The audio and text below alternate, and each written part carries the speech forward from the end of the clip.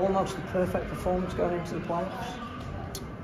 In terms of result, definitely, yeah. I think we were probably a bit off perfect in terms of how we played. I thought we defended really well on the back of a lot of errors. We had to do a lot of tackling, so definitely some pleasing things in that. I think in terms of attack, like I said, a lot of errors, so we put ourselves under pressure a bit, but then to keep them out, obviously we did a good job. Won the first half territorially as well. Do you think that took a lot of energy out of it?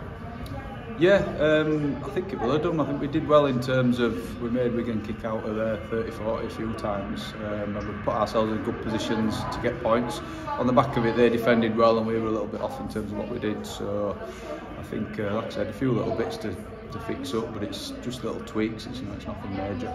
Trying just on the stroke of half time was quite important as well. Did it change your team talk with a 10-point lead?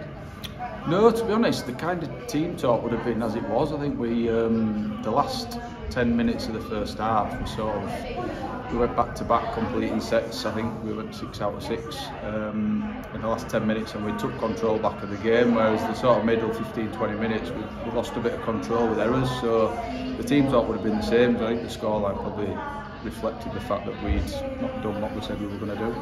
Wigan came out fighting at the start of the second half, as you knew they would, and your goal line defence particularly impressive. A couple of times taking people over the sideline in the corner. Yeah, I think if you put yourself under pressure in terms of where you're playing the game, you've got to be able to scramble on the back of it, and we did. I think we bundled them into touch, we held them up just short of the line a few times, so that's really pleasing to see. Obviously, moving on, you don't want to be having to scramble and work your socks off on your goal line. You want to be up the other end of the pitch. So I think if we fix up a few areas in what we do with the ball, we won't be having to do so much goal line defence.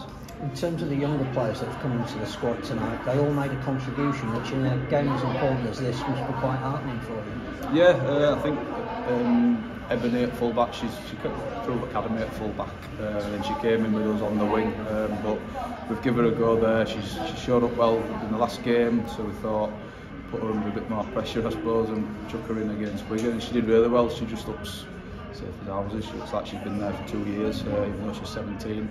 And both the Rubies, again, Ruby Bruce does a brilliant job off the bench. She brings some real energy around the ruck. And Ruby Walker again getting a shot in a bigger game after starting against Featherstone last week. So yeah, they're all doing really well, and they are, I think I said last week, they're here on merit. They're not just filling gaps. They've come up to the squad, and they're challenging for shirts and doing a good job. And you know who you're playing in the semi-final, you just don't know yet whether it'll be home or away. Does that really matter? Does it change anything you're going to do next week? No, I don't think it matters, to be honest. We've had a few games at York over the years, whether it's league games or we've had some finals there as well. A lot of games you're playing now tend to be at the bigger stadiums, so obviously it'd be nice to be at home at Headingley and get some home support in there. But if we need to go to York, we'll prep exactly the same, and we'll be going there full of confidence.